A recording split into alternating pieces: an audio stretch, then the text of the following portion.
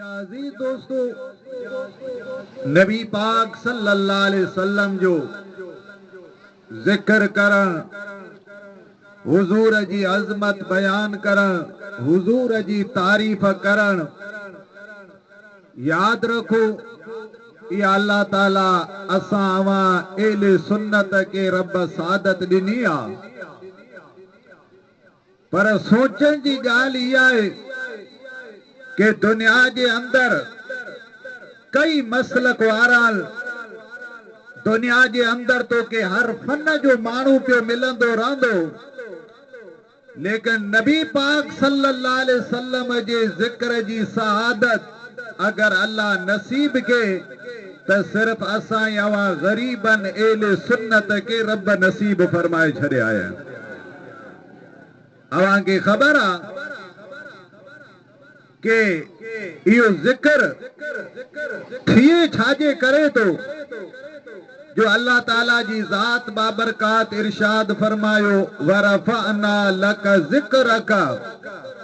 ए मुझा हबीब तोजे जिक्र के मां अल्लाह ताला बुलंद करे छड़ियो आया। रब पांजे हबीब सां इन जिक्र जो वायदो क्यों आ, तोजे जिक्र के बुलंद क्यों मां, तोजे शान के बुलंद कयो माया। लेकिन अल्लाह ताला या वरी जिक्र वारी ड्यूटी असा मिस्कीन एले सुन्नत के रब नसीब फरमाए छड़े आया। तू शुक्र कर, अल्लाह ताला पांजे हबीब सा वायदो क्यों आ जिक्र जो, आई जिक्र मुस्तफा सु करियो ता, जिक्र मुस्तफा बुद्धू भी ता, आई पांजे नबी जो जिक्र करियो भी ता, कलम सा, जबान सा, दिल सा। वो जेको रसूलुल्लाह जो जिक्र करे तो वो मानू समझी वने ता अल्लाह जी मुझे मथा रहमत वारी नजर आ। जेको रब मुस्तफा सा वायदो क्यों इन जी ड्यूटी अल्लाह मां मिस्कीन जे मथा लगाए छड़े आया है। तो मुझे अजीज दोस्तों, या खुश नसीबी आ अवी ब्योता उठंदे बेंदे हर टेम ते हुजूर सल्लल्लाहु अलैहि वसल्लम जो जिक्र पिया करो। एकड़ो त अल्लाह फरमायो वरफअना लक जिक्रक, तोजे जिक्र के मां बुलंद कयो आ। हां जिक्र करियो ता असु अवी मोमिन पिया करियो आया।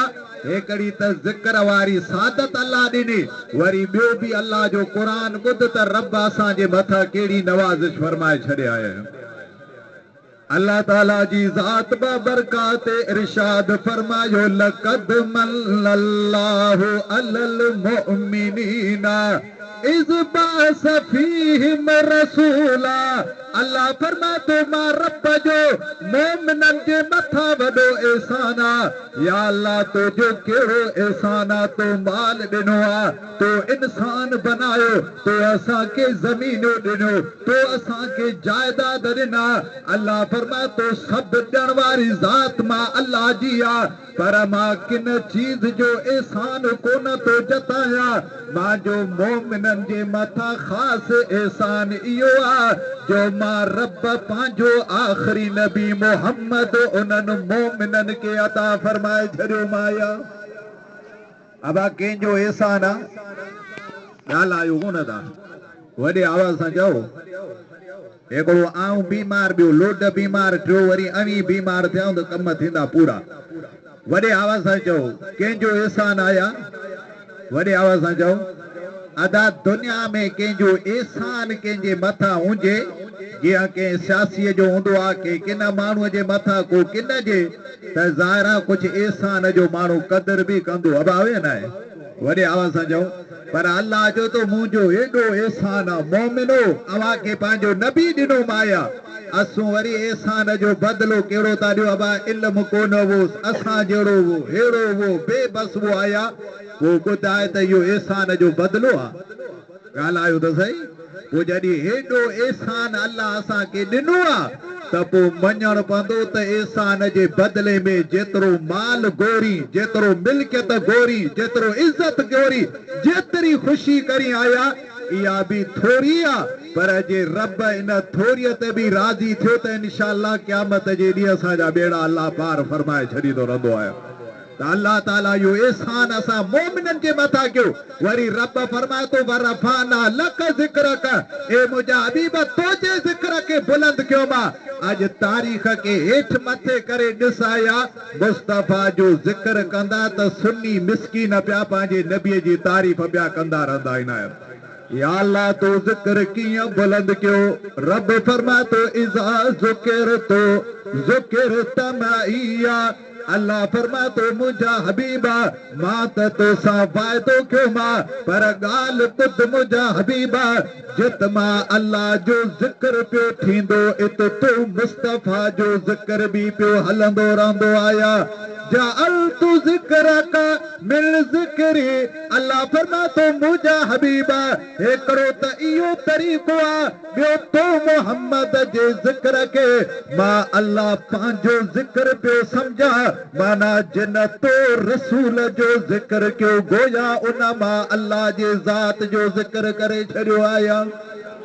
अब यहाँ है ना हुजूर जो जिक्र अल्लाह जो जिक्र मन युति रसूल फकद अता अल्लाह अल्लाह फरमा तो हबीब जिन तोजी इताअत ताबेदारी के गोया उन मां अल्लाह जी करे छड़े आया तो हुजूर जो जिक्र खुदा जो जिक्र हुजूर जी इताअत अल्लाह जी इताअत आया तो अल्लाह पांजे हबीब के जो को शान दिनो जो को मकाम दिन आया अल्लाह पांजे हबीब जी अजमत शान के रब पान बुलंद फरमाए छड़ियो आया अब आलमन का बुधो होंदो अक्सर पर भले ईमान अञा भी ताज़ो थी जाओ सुभान अल्लाह पर असा खा भी बुध हर आलम का या गाल बुधींदो पर असा खा भी बुधे करे चक्कर आया वो जो हबीब एकड़े चक्कर मस्जिद नबवी में नबी पाक जुम्मो पे गुलामन के पढ़ाए पर अल्लाह जे हबीब जो एकड़ो तरीको हुंदो वो एकड़े सुके थोड़ा कोई जेते टेक लगाए करे पो मुस्तफा साहबा के वाइज पियो करे खुतबो पियो बुधाया या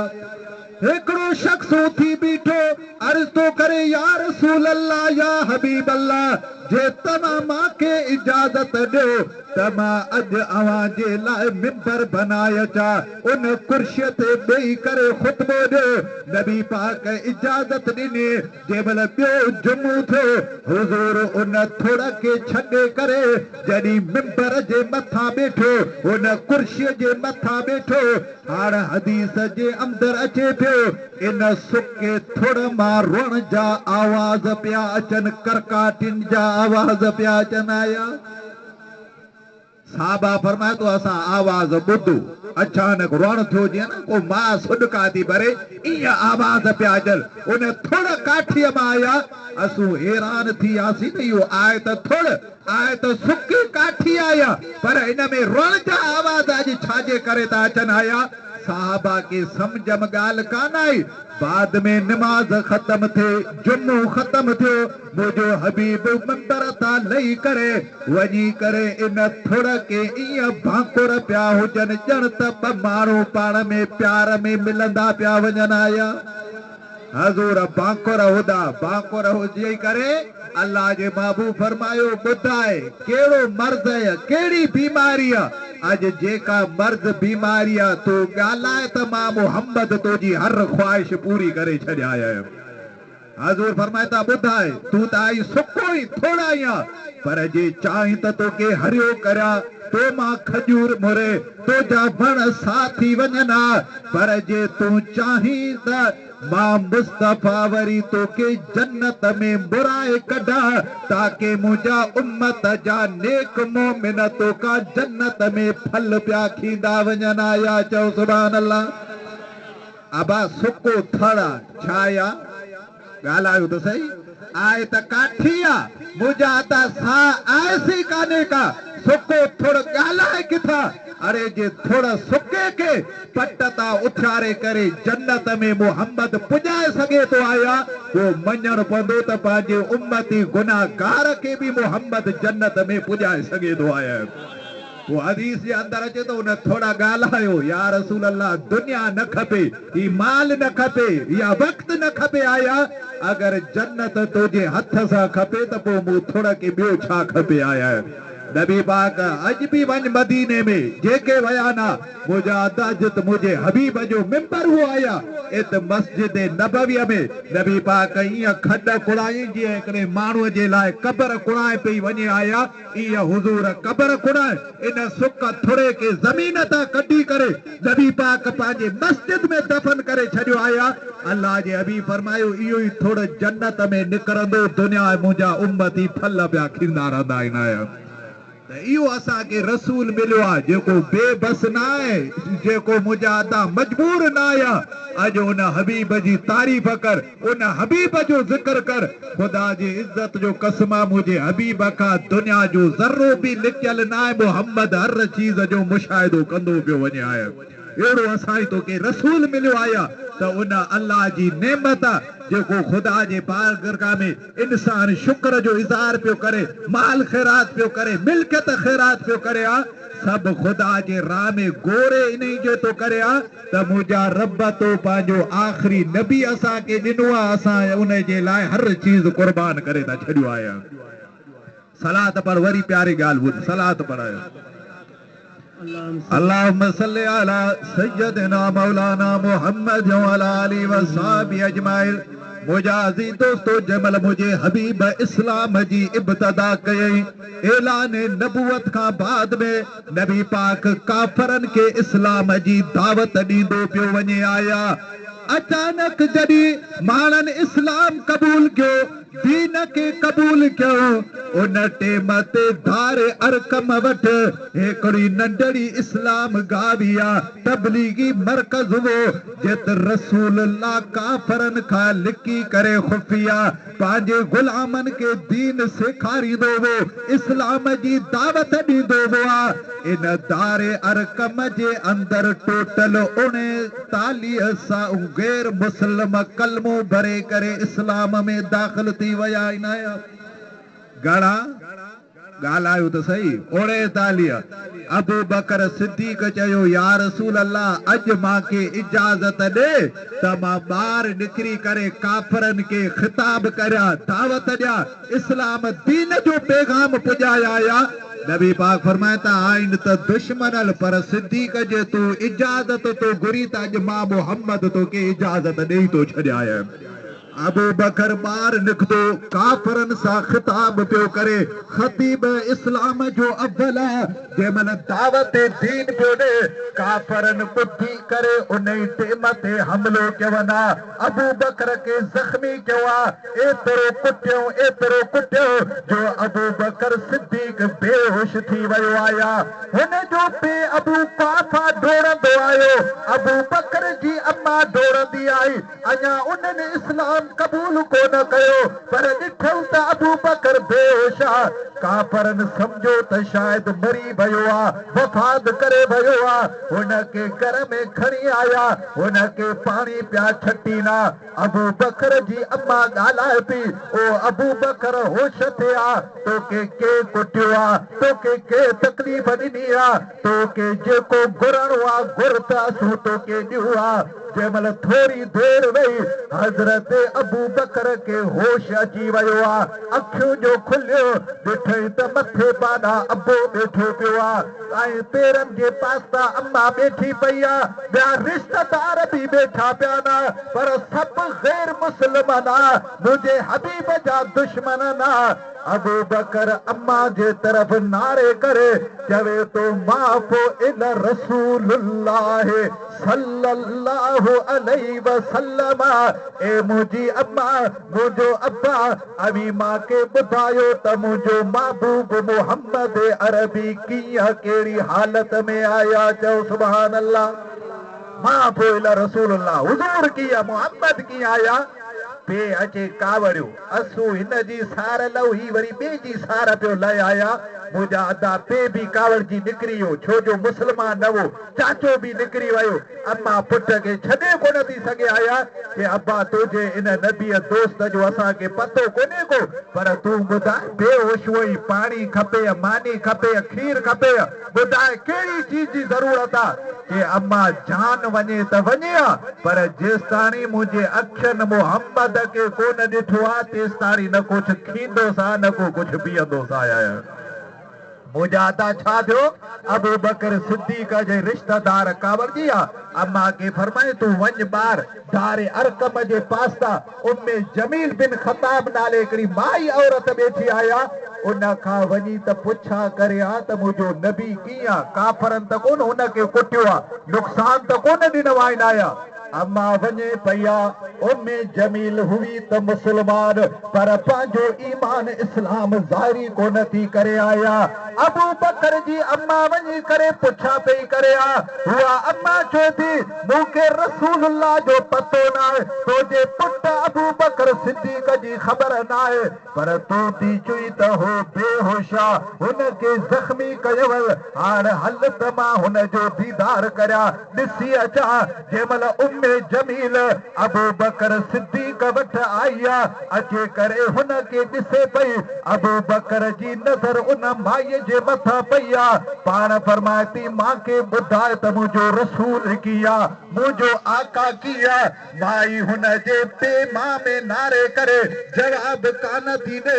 अबू बकर चए थो ढिज मां तूं मांखे ॿुधाए हुज़ूर कीअं माई साहबा फरमाए थी अल्लाह जो महबूब सही सलामत दारे अरकम जे अंदर बैठो पियो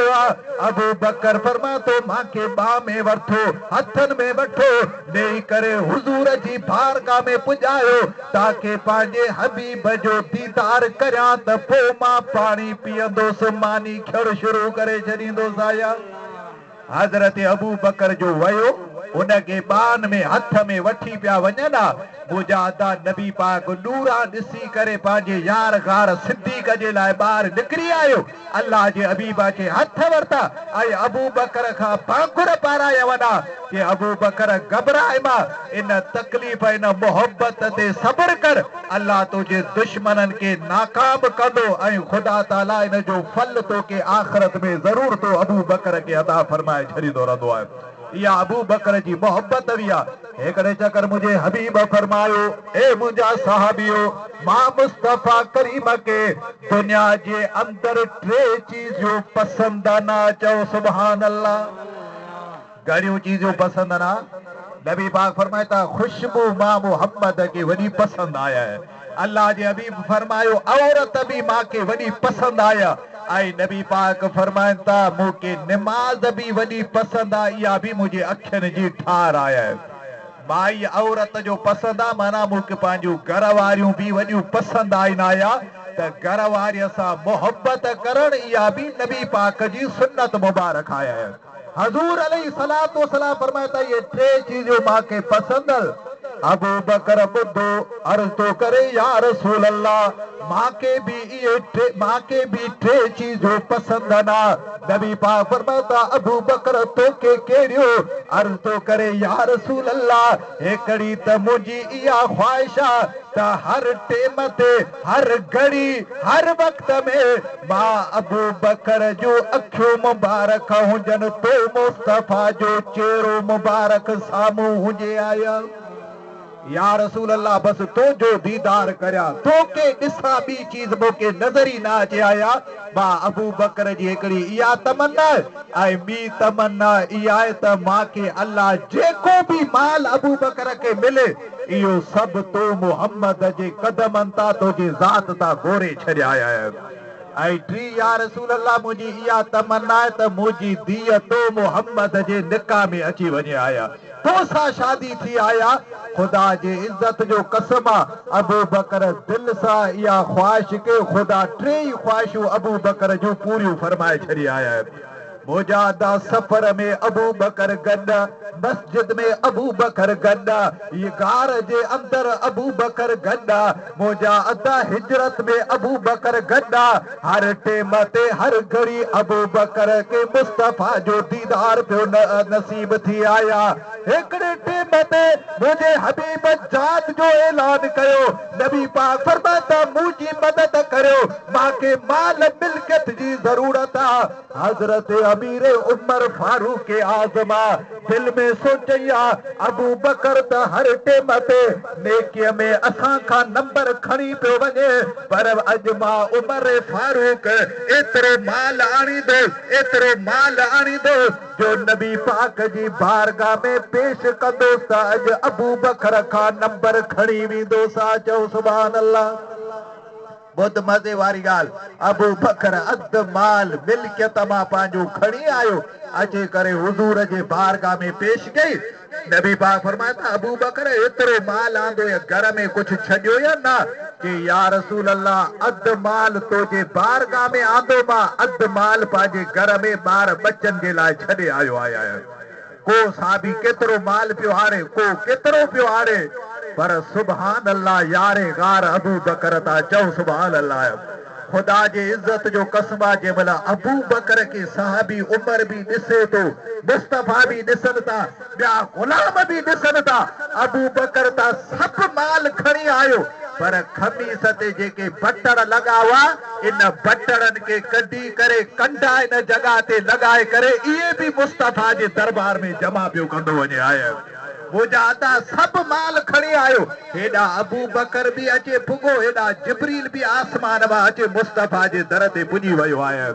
नबी पाक हेॾा अबू बकर में नारे हेॾा जिब्रील में नारे हेॾा अबू बकर में नारे अबू बकर तो जेको पंहिंजो हुलियो बनायो आहे इनखे भी मां ॾिसां थो वरी जिब्रील जे तरफ़ नबी पाक नारे त हुनखे भी खमीस ते कंडा लॻा पिया चओ सुभान अल्लाह बटणनि जे अंदर त मुंहिंजा अदा कंडा लॻा पिया जेको लिबास अबू बकर खे इहो ई हज़रत जिब्रील खे नबी पाक फरमाए त जिब्रील तो पंहिंजो हुलियो अॼु इहो छाजे करे बनायो आहे कि या रसूल अल्लाह अबू बकर जो इश्क रसूल मोहब्बत रसूल जॾहिं पंहिंजे घर जे अंदरां तयारी पे कयई ऐं ख़ुदा इन नियत खे ॾिसी करे अल्लाह ऐलान कयो ओ फ़रिश्तो अॼु मुंहिंजी इबादत छॾियो अॼु जिन हुलिये लिबास में अबू बकर मुझे नबी जे दर ते अचे तो आया अवी भी अॼु इहो ई लिबास पानायो इहो ई जुबा पारायो इहो ई हुलियो पंहिंजो बनायो जेको अॼु अबू बकर मोहब्बत रसूल में बनायो आया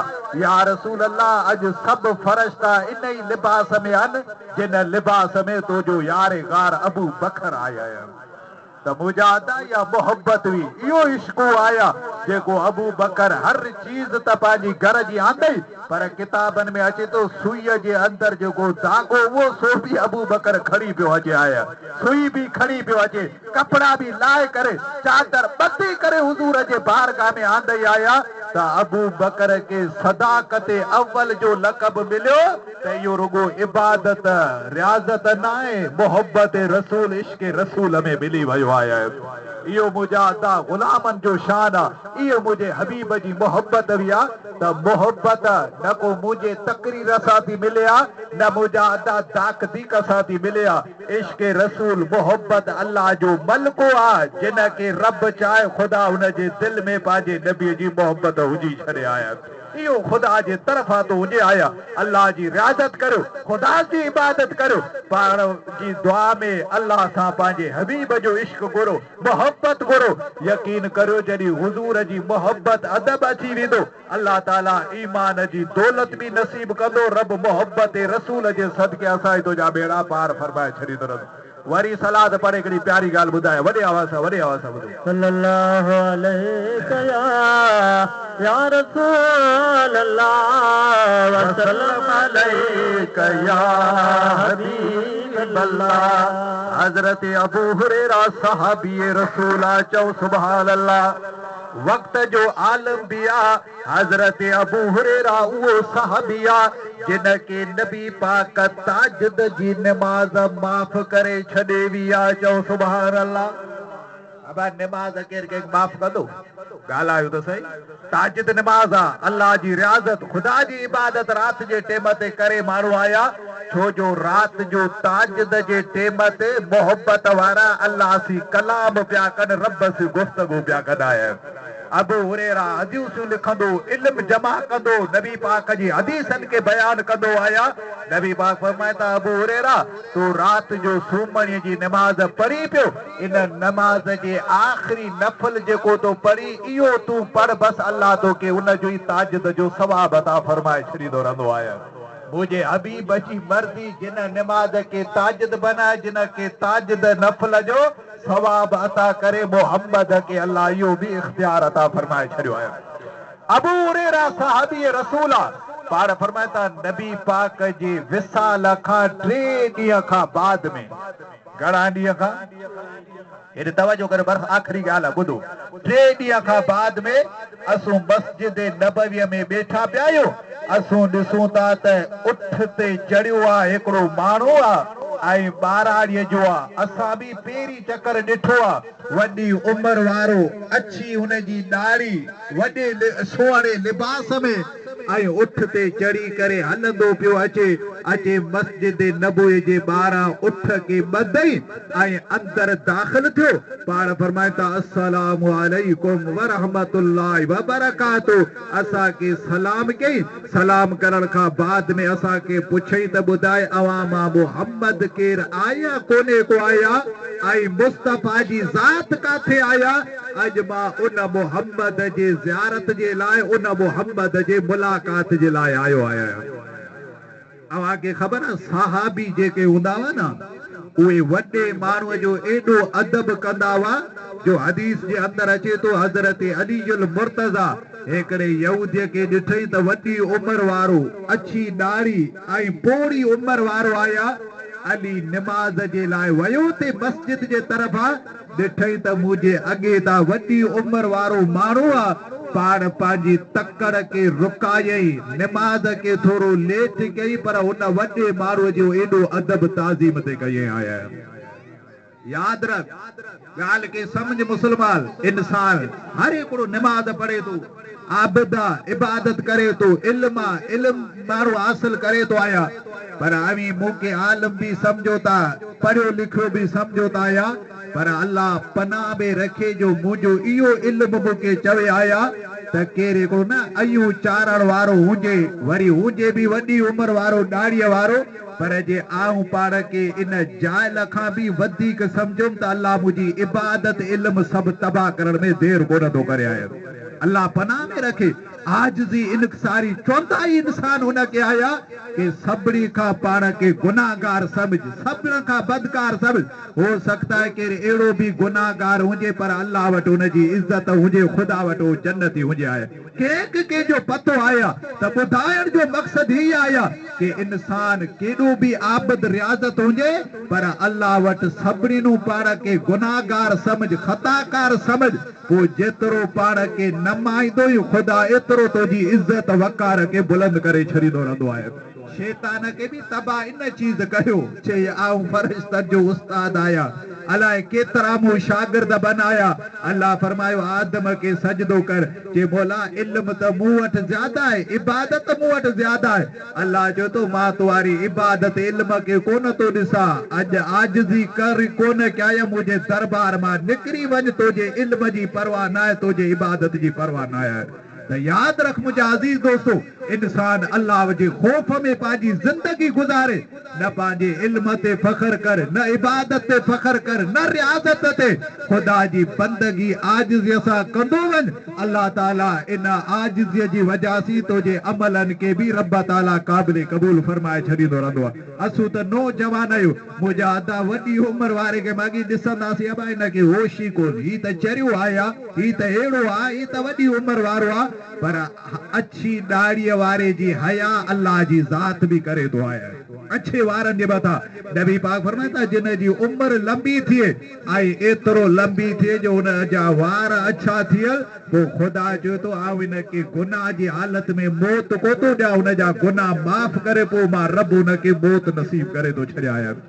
जेतरो अदब कंदा जेतरो मोहब्बत कंदा जेतरो पाण खां वॾी उम्र वारे जो ख्याल कंदा अल्लाह ताला एतरो अवाजी नेकियन में इजाफो फरमाए छॾींदो रहंदो। ॿुध आख़िरी ॻाल्हि हज़रत अली फरमाए तो इहो वॾी दाढ़ीअ वारो जीअं दाख़िल थियो हुओ त यहूदी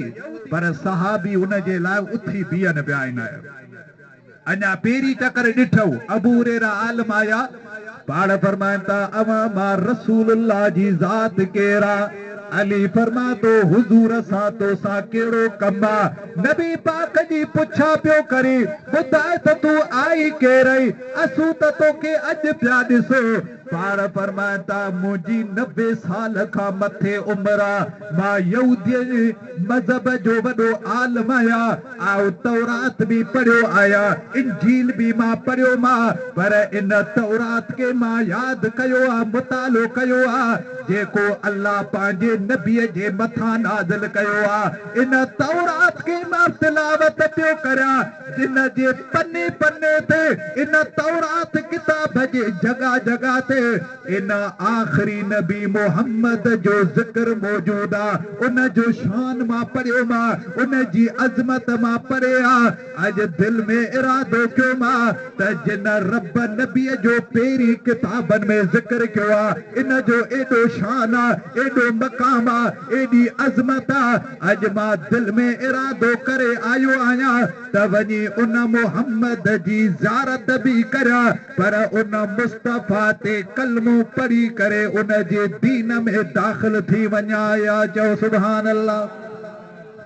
इया जो ॻाल्हि आई हज़रत अली जे अखर मां अंजू ॻड़ी वियो पाण फरमाता ए यहूदी रसूलुल्लाह के 3 ॾींहं थिया आहिनि इन दुनिया खां पर्दो मटाए वियो आया हज़ूर जी ज़ियारत त हाणे कान थींदी हो वीचारो बीठो हो ॿेई रहियो गोॾा हणी करे मस्जिद नबवीअ में आया पंहिंजे शिष्य ते हथ रखी करे अफ़सोस पियो करे देरि कया हुज़ूर जी ज़ियारत कोन थिए नबी पाक सां मुलाक़ात कोन थिए आया थोरी देरि ॿेई रुई रुई करे अलीअ खे फरमाए थो अगरि हुज़ूर जो को औलाद बच्चो आहे त मूंखे उन जो दीदार कराए ताकि रसूलुल्लाह जी ज़ियारत मन उन बच्चे जे वजह सां थी वञे आया मोजादा हज़रत अली हुन के रवानिया अम्मा फातिमा तो ज़हरा जे घर में आया अम्मा फातिमा उन सां मुलाक़ात कई पाण फरमाए थी तू रसूलुल्लाह जी धीअ हुज़ूर जी औलाद आहीं पर हाणे हीअ कर मुंहिंजो हबीब जे ज़ियारत जे लाइ आयो हो सा तो वटि नबी पाक जी का कपिड़ो हूंदो का खमीस हूंदी अॼु मांखे उन जी त ज़ियारत कराए अम्मा फातिमा इमाम हुसैन के फरमायो आहे वञ नबी पाक जी खमीस मुबारक खड़ी आहे जेका आख़िरी टेम ते हुज़ूर के कपिड़ा पया हुआ जंहिंमहिल कपिड़ा आंदई उन यहूदी आलिम खे ॾिनई आहे यहूदी उन खे अखियुनि ते लॻाईंदो पियो वञे ऐं वरी चुमी ॾींदो पियो वञे आहे उन कपिड़नि खे सिंगंदो पियो वञे आहे पाण अर्ज़ पियो करे ए प्यारा अली जिन के रसूलुल्लाह का वञण खां बाद में जिन हुज़ूर के दीदार करणो आहे अवी हिन कपिड़े के सिंगियो हिन के चुमी ॾियो पोइ मुस्तफ़ा जी यादि पंहिंजे दिलि में वसायो त अव्हां खे हुज़ूर जी ज़ियारत नसीब थी वेंदी रहंदी आया पाण फरमाता नबीअ खे ईअं यादि करियो ॼण त हुज़ूर खे ॾिसो था ॼण त हुज़ूर अव्हां जे साम्हूं आया जंहिंमहिल कपिड़नि जी ज़ियारत करे पाण फरमाता हाणे मूंखे हुज़ूर जी तुरबत ते वठी वञो त नबी पाक जे कदमनि में वेही करे कलमो बि पढ़ा मोहम्मद जे दीन में दाख़िल थी वञाया मुजादा जंहिंमहिल हुज़ूर जे क़बर ते आंदो अल्लाह जे हबीब जे क़बर ते किरी पियो मिटी मथां पियो हुजे हुज़ूर खे अर्ज़ पियो करे आया ऐं नबी पाक जे पेरनि जे तरफ़ां बीह करे कलमो पियो पढ़े अशहदु अल्ला इलाहा इल्लल्लाह मुहम्मदुर रसूलुल्लाह ऐं नबी पाक ते कलमो पढ़ी करे हुज़ूर जे अॻे तां मुजादा इस्लाम दीन में दाख़िल थियो अर्ज़ तो करे या रसूल अल्लाह मां तौरात में इंजील में तुंहिंजा ज़िक्र ॿुधा पर देरि थी वई या रसूल अल्लाह मूंखे पंहिंजे ग़ुलामीअ में बि क़बूल कजां पर क़यामत जे ॾींहुं हिननि ग़ुलामनि जे साम्हूं मुंहिंजी सिफारिश करे तूं मोहम्मद जन्नत में दाख़िल फरमाए छॾिजांइ